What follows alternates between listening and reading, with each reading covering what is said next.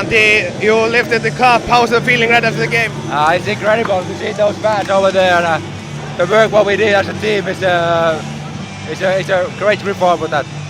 This game today, you were always in the driving seat, but Njarðvík always in the shadow. How do you describe this game right after?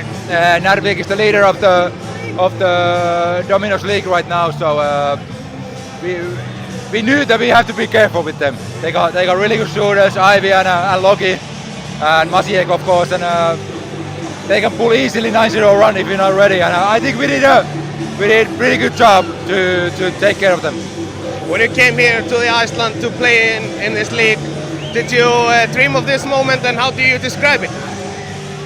When we started the season, our goal was to win 2 titles, and now we have 1, and now we just have to recover a little bit and then get ready for the next one. Great, that's all. Thank you.